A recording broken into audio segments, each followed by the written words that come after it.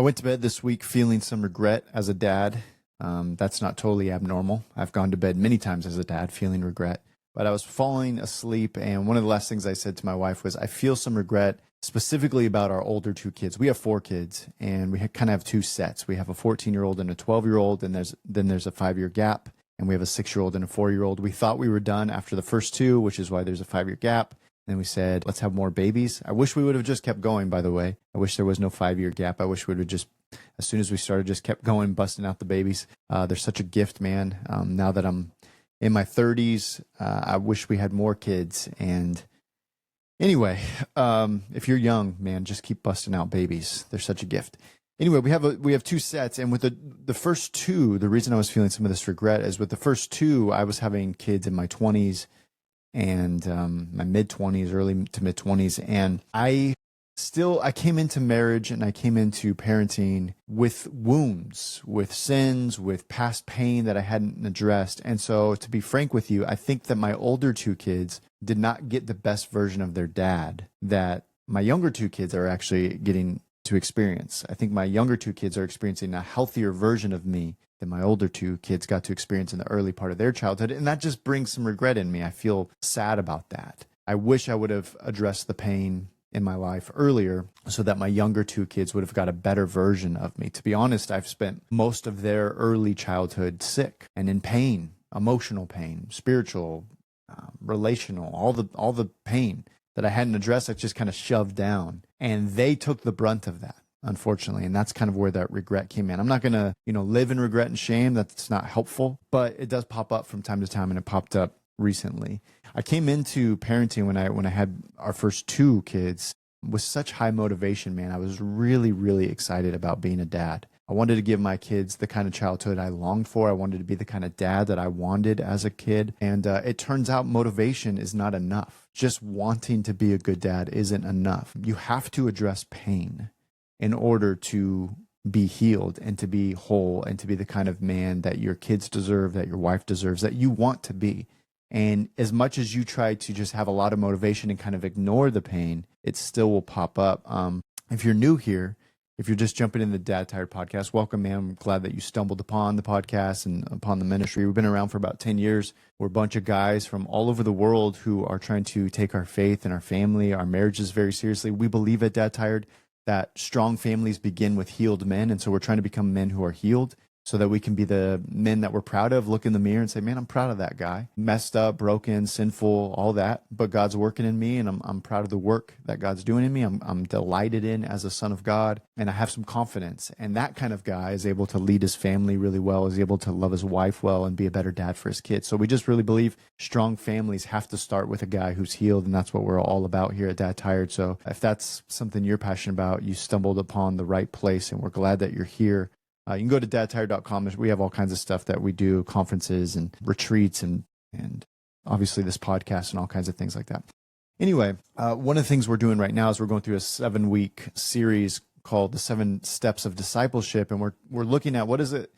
Can there be some kind of process for men to grow up and mature in faith where it doesn't have to feel so random, where it's just like, I think I'm getting closer to Jesus. I don't really know how to get closer to Jesus.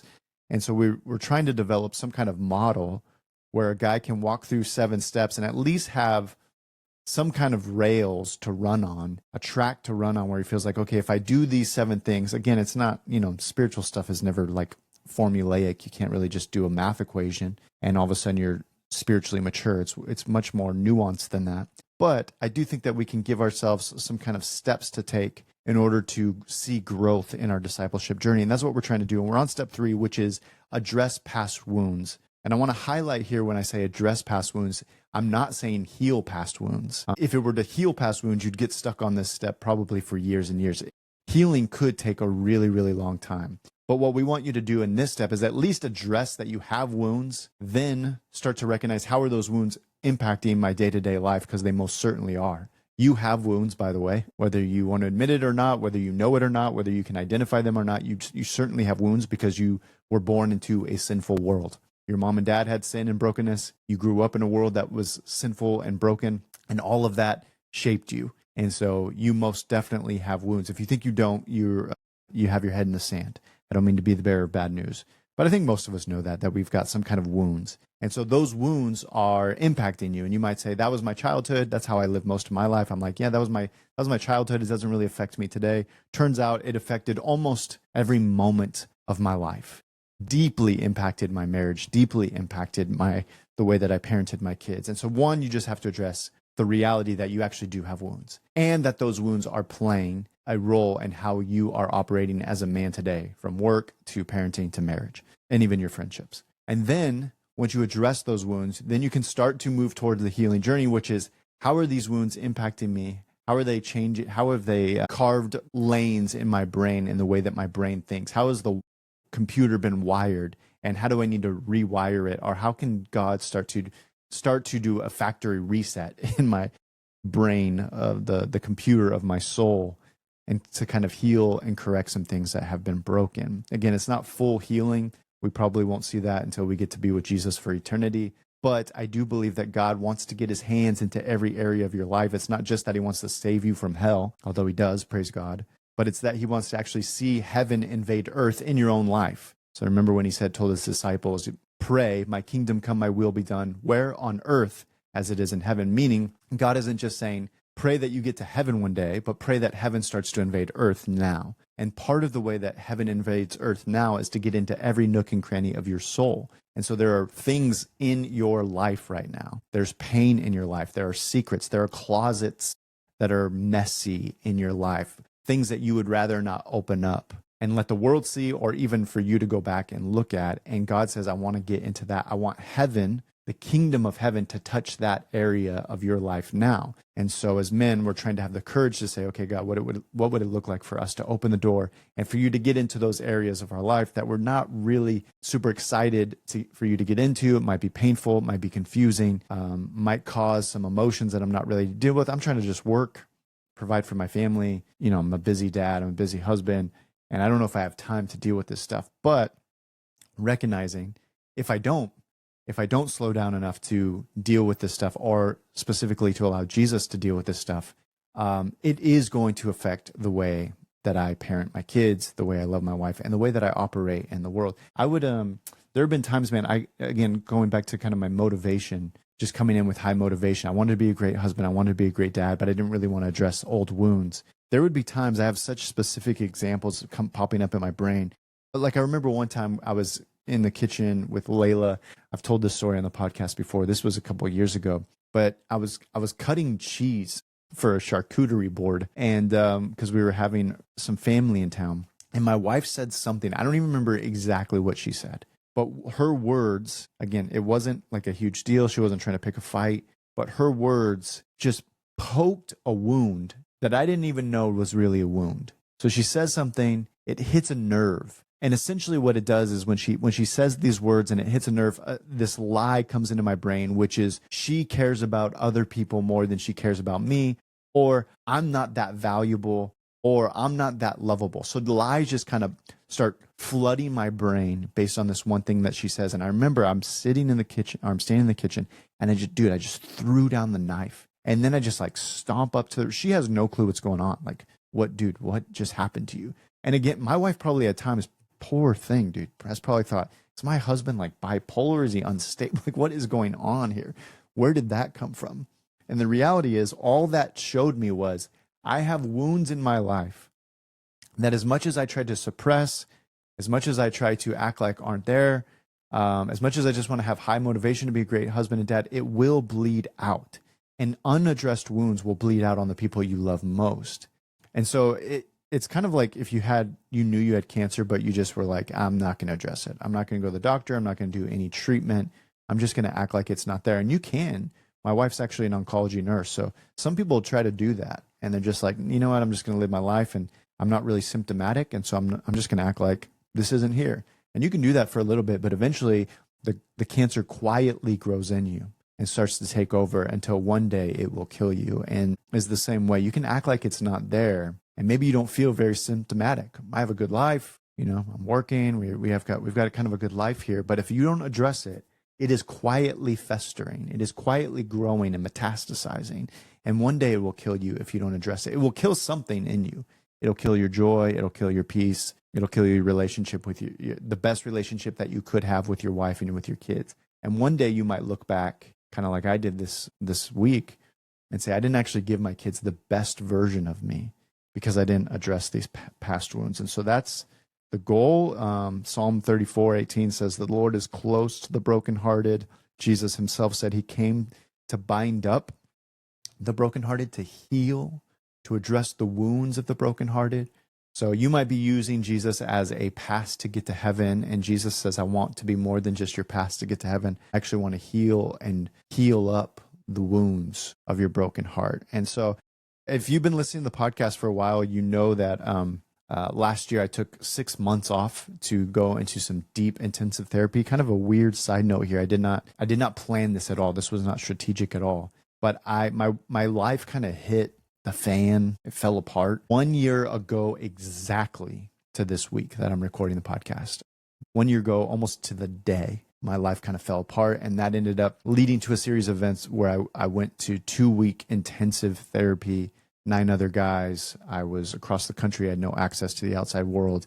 I did counseling from sun up to sundown and addressed the deepest part of the wounds. Going back to the cancer analogy, it really felt like I went under the knife and they were just looking for every possible cancerous tumor in my body, in my soul, and they were going to cut it out and make sure it never came out again. So we flipped over every stone in my life, and we're getting into dude, I've never cried more or harder than I did in these 2 weeks. I've never been more introspective. It was the hardest thing I've ever done. And the most beautiful thing. It was life-changing. In many ways, I feel like God saved me. I know that sounds weird. I've been in ministry for decades, been in church for decades, and in many ways, I feel like God saved me for the first time. He rescued me from my own mess. He pulled me out of darkness and brought me into marvelous light. One thing that stuck out to me there is a lot of people believed, I was with 9 other guys, and a lot of the guys in the group didn't believe they actually experienced any kind of trauma. So you hear this when you're growing, when you think about like mental health or something, even maybe this came to mind, like I actually had a good childhood. My parents are good. My dad stuck around. He tried the best he could. This is a lot of people's story. And so you have a hard time connecting. Like, I don't really get how my childhood could have affected any of my behavior now because I had a pretty good childhood. Maybe that's you, or maybe not. Maybe you just like your childhood was a complete mess. But even then, most people have a hard time identifying what in their life was traumatic. And one of the things they said at this intensive therapy was, whether or not you had what they call big T trauma, a traumatic event. And I'm hesitant to even name these because they could be hard to hear. Maybe your parents got divorced, or you got kicked out of your house, or you were beaten or abused. There's kind of some big traumatic events that we can all think of. But most people, even if they don't have that, have what's called little T traumas. And pretty much everyone has this little T trauma. And it's like these micro cuts. It's thousands of little things over the course of your childhood that are painful. Not one of them is taking you out, but it's this 1,000 cuts where you feel like eventually this is going to start to cripple me if I don't get this addressed. And most people actually have little T traumas. I would say probably everybody has little T traumas. And these little T traumas often look like a lack of attunement, which is essentially you as a little boy, if you are a wife sneaking in, maybe you as a little girl, you longed to feel safe, secure, loved, delighted in. And you didn't feel that for whatever reason. Sometimes you didn't even feel that because your brain was doing weird stuff. You live in a sinful world and it told you weren't safe, even if your parents were trying their best. But a lot of times your parents, they just didn't know how to be emotionally in tune to what was going on with you. How many times did your parents sit down with you and say, hey, I can tell you're feeling sad, or I can tell you're really struggling with something. Let's talk about it, and try to pull out those emotions in you. They were in tune with your emotions. Most parents, very few parents do that. And so what happens as a little boy is you feel scared, you have some fear, you feel anxiety, you feel whatever the pain is, whether you got bullied at school, or you felt scared at school, or you felt inadequate or whatever, and you didn't have a parent. Again, this isn't like blame your parent session. A lot of parents just didn't know how to do this, or even if they did know how to do this, your brain just interpreted it weird. And so you start to feel some sense of, I'm out of control here. I feel scared here. And your little boy self, 4, 5, 6, 7, 8, 9, 10-year-old boy self, didn't know how to process those feelings. They're big feelings, they're scary feelings. By the way, I just want to say I'm not a counselor. Take everything I'm saying with a grain of salt. I'm telling you the things that I learned. So you as a 7, 8, 9, 10-year-old, 12-year-old boy felt scared, and you needed to figure out, how do I soothe this pain? This emotion is too much for me. And so you started to turn towards things that made you feel better. And I really believe every dude, every human, I can't speak for women, but every dude has done this at some level. And so you might have gone towards distracting yourself. You numbed out on video games, or you sat in front of the TV, or maybe you just went to food and you started overeating. This, for many boys, usually around the age 10, 11, 12, 13, is where you started to find sexual things, masturbation, pornography, and that was soothing to you. And that, you're a little boy. And so that's like, my world feels chaotic. And you didn't know how to say that, but your world felt chaotic. You felt insecure. You felt unseen, felt unloved, whatever. And so you start to find things that make that pain feel a little bit more bearable. So it could have been those things. It could have been fantasy. Your brain just started to escape. You kind of disassociated. You went into another world, in some other fantasy world, because the world you were living in felt too scary, or you weren't valuable in your actual reality. And so you were able to escape. And what that usually does is leads to deep shame. So you feel pain. I'm going to walk you through a cycle here. You feel pain. As a boy, in your pain, you don't know how to handle it. You can't handle it because you don't have all the tools. You're just a boy. And so in your pain, you sought something to soothe. And in your soothing, it actually made you feel better, but it actually brought shame. And so shame now leads you to hiding. This is actually all gospel implications. This is our Dad Tired Conference.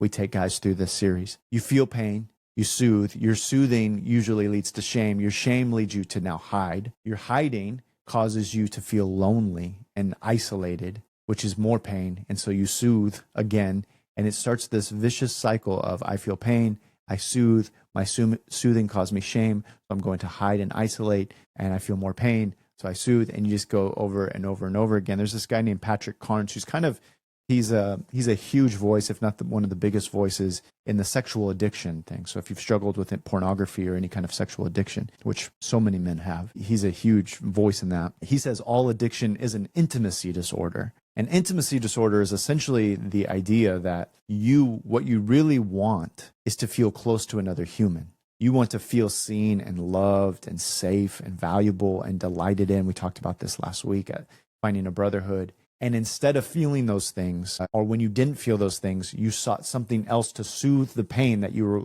longing for in human connection and intimacy. And so then you isolated because you were soothing that pain in something that was shameful, and it pulled you further away from humans. And then you just got in this vicious cycle that created an addiction. And that's where I think most people, I know I just dumped a lot on you, but I think so many men feel that. You feel pain, there was no attunement, you self-soothed, you felt shame, you isolated, which led to more pain, and it just kind of led into this addiction. And so you might, as a man, be that 6, 7, 8, 9, 10-year-old boy who is still showing up in marriage and in your parenting with the same pain and the same soothing techniques. You might be numbing out through work. You might be distracting yourself through news or investing or trying to save up money or climb the career ladder or looking at pornography or overeating or being the funny guy to distract from the pain or whatever the thing is. But all that is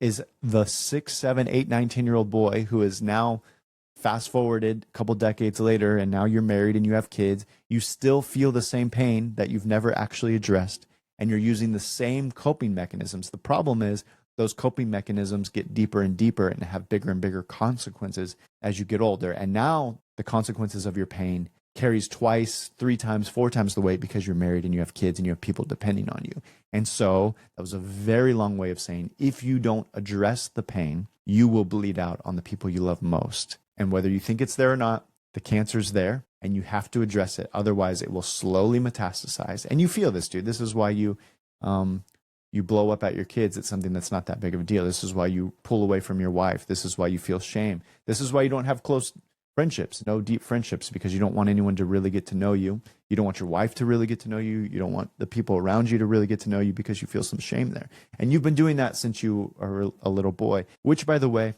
I think pretty much every dude is in this stage, regardless of how much they act like they have their life together. And so for me, the thing that changed most was saying, okay, I'm able to tie the dots back to the pain that I was feeling as a boy. I start to heal that boy, and now I can be the man that God has called me to be. We had a counselor this last year that my wife was working with, and she said, the counselor said, if you heal the boy, the man will emerge. And some of you don't feel like the man you want to be, and that's probably because you have yet to heal the boy that is inside of you. If you start to heal the boy who's broken, scared, insecure, if you start to heal that boy, the man that you want to be will emerge. It takes a lot of work. It's going to take a lot of courage. Sometimes running forward means you actually have to first stop and look backwards at the pain, heal that stuff before you can run forward, which no guy wants to do. But if you do it, if you start to heal the boy, the man will emerge. And so here's what step 3 is going to look like. Again, all of this is free. We'll have it laid out in a PDF for you. You can download that for free. Go to dadtired.com/7 steps. Every step that we have has a PDF attached to it. You can print it out, go through it with your garage group, with guys in your community, with your church, whomever you want. It's totally free. Use it however you'd like. But I want to walk you through what this will look like practically in your life as you start to address these past wounds. I want to give a quick thank you to our sponsors, and then we'll walk through what this will look like. Real quick before I jump in to thank our ad partners, we've got a few announcements happening in the Dad Tired Ministry I don't want you to miss. Make sure you sign up for the newsletter by going to dadtired.com. Sign up for the newsletter so you don't miss all the things we have going on, conferences, events, all kinds of stuff like that. We are going to Alaska next summer. We're doing a father-son once in a lifetime. This is going to be incredible. Again, once in a lifetime father-son experience in Alaska for a week. It's going to be epic. I will be there with my son, but we only have 5 more spots left for that. So if you're a dad and you have a son somewhere in the range of like 12 to 15, and you want to do a father-son kind of rite of passage trip with us and other Dad Tired guys, click the link below or click the link in the show notes to go to that. We also have a parenting conference coming up in San Diego in April. We want you to be part of that. It's going to be a 2-day gospel-centered dadology conference. Click the link in the show notes for that. And lastly, we are trying to raise all of our 2026 funds to help us continue to keep the ministry going. You can click the link in there. A couple of you guys have donated, and I'm so grateful that you've helped partner with us to help keep the ministry going. Okay, that being said, I do want to thank our sponsors for sponsoring today's episode. If your kids are anything like mine, they've got hundreds of questions about God, faith, and life, and sometimes you're just trying to keep up. That's why I love the NLT Kids Go Bible. It helps you do that in a way that actually makes them excited about getting into the Word of God. It's packed with more than 600 interactive features that help kids know God's Word, to grow in His love, and to go share it with the world. They have devotionals, key verse challenges, fun facts about Bible times, and they have full color pages that connect Scripture to real life for your kids. It's also in the New Living Translation, which is very easy for kids to read and understand. It's big print, it has colorful text, and it has maps to bring all the stories from the Scriptures to life. It's the kind of Bible that reminds your kids that little kids can do mighty things when they know who they are in Jesus.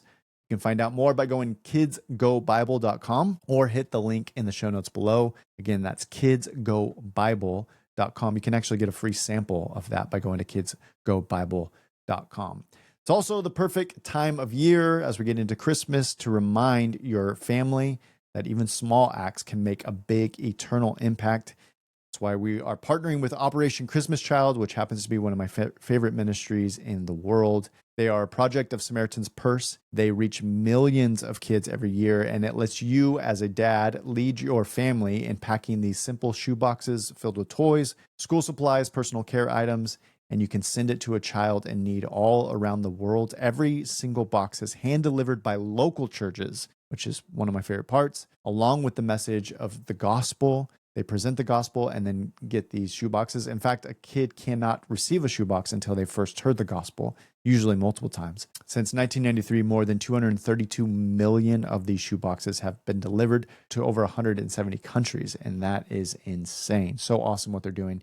National Collection Week is this week, November 17th to the 21st. It's very easy to join and to pack a shoebox or to build one online. You can go to samaritanspurse.org/OCC. Again, that's samaritanspurse.org/OCC.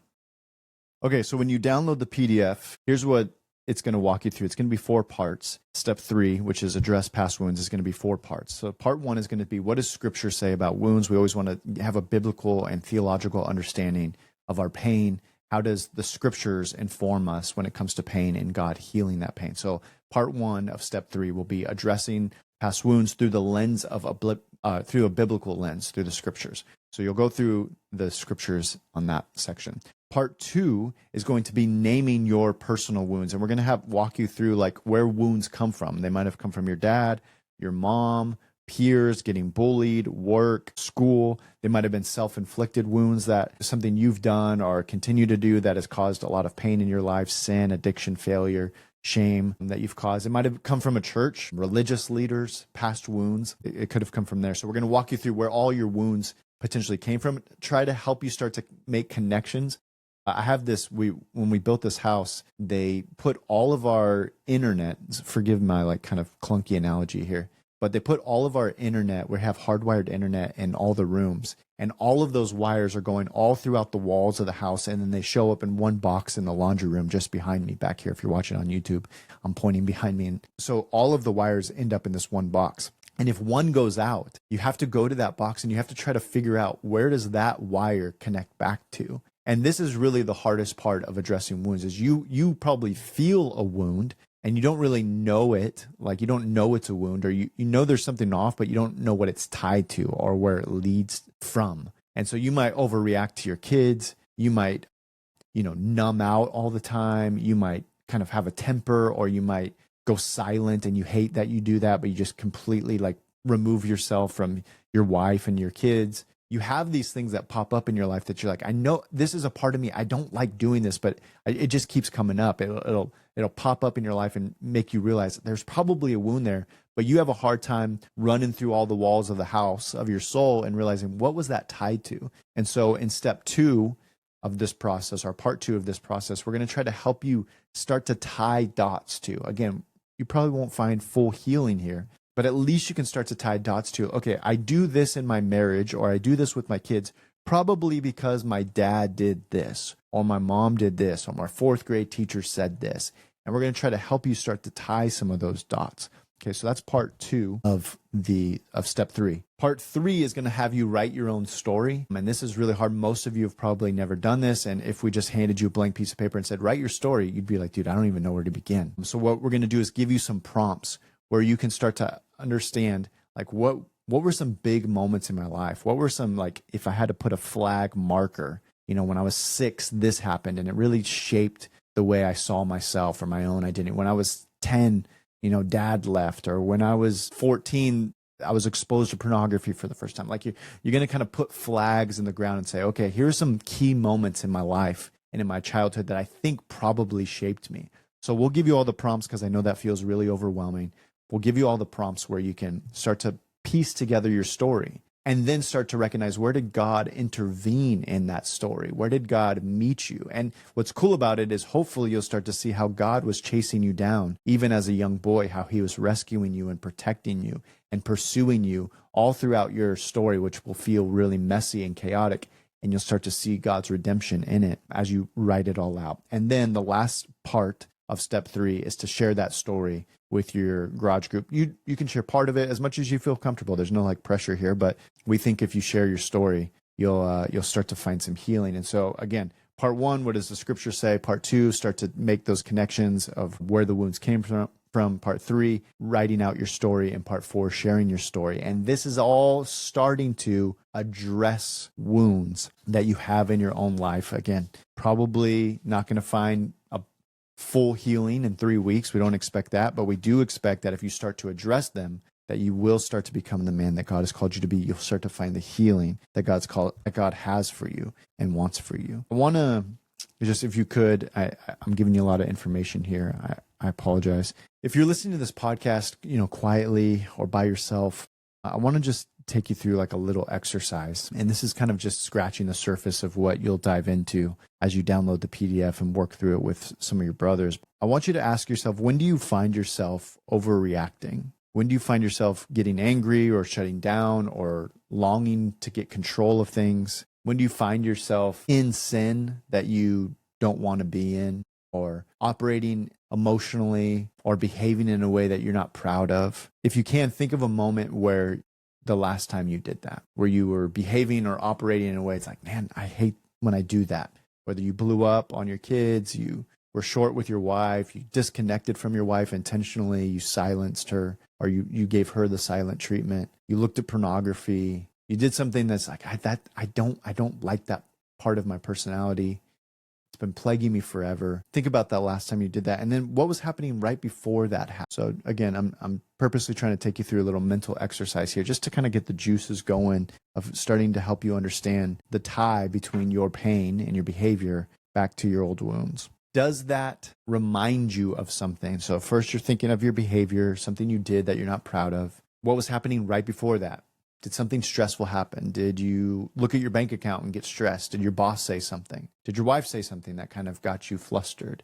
Did you feel insecure? Did you feel made fun of? Did you feel inadequate at work? Again, I think you can see the ties that I'm making here. You felt some pain, just like you did when you were a boy. And then probably right after you felt that pain, you went to something to soothe. You overreacted or you acted in such a way to find comfort for the pain that your soul was feeling. You burst out in anger. You tried to get control. You overate. You looked at things you weren't supposed to look at. You started numbing out by scrolling on social media or just like losing yourself in a TV or a beer. Took some pills. Again, all it is you soothing the pain that you were feeling. And you probably didn't, it's so habitual now. It's so ingrained in your brain that you didn't even know this was the cycle that you were doing. What story are you telling yourself in those moments? If you had to stop right before you did the thing that you weren't proud of, what did you tell yourself subconsciously? You might have said things like, I'm alone. I'm all by myself. I have to figure this out on my own. Nobody really knows me.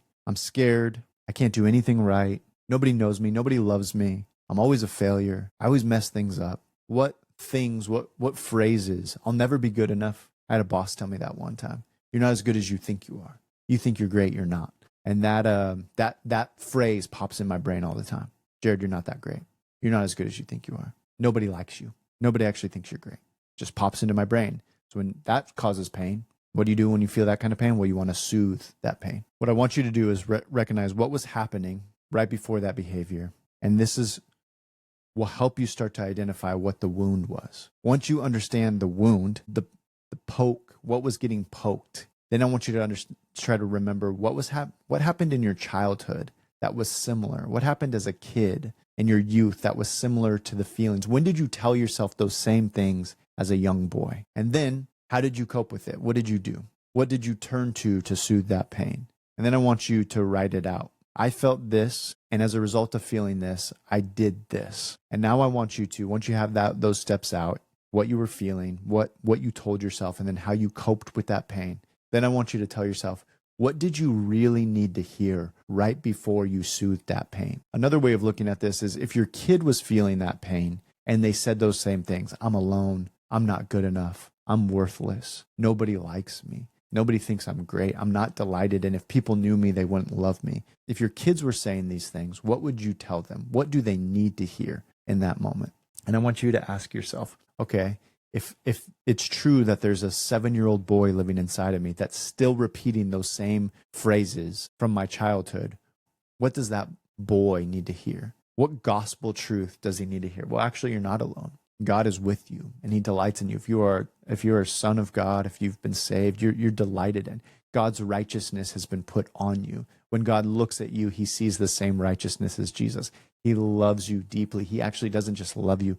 He likes you and he delights in you. What gospel truth do you need to speak over yourself? And I know that sounds kind of like, like what is this hippy dippy stuff? It's not. It's just agreeing with what God has already said about you through the scriptures. What would that little boy need to hear? And when you start to do that, the soothing comes from gospel truth and not from some fake, cheap version of soothing that's actually going to cause shame later in your life or later in the day. What are you feeling? What lie are you telling yourself? And instead of moving toward the thing that you think will soothe, you stop the cycle and you say, what gospel truth do I need to hear and be reminded of so that I don't move into unhealthy soothing? And then the greatest thing that you can do is actually to share this with your wife, with a close brother, and it stops the intimacy disorder. The breaking of all of this addiction is actually to be fully known and fully loved, which is what we talked about last week. And when you say to a brother, or hopefully one day, eventually with your wife, I'm feeling this.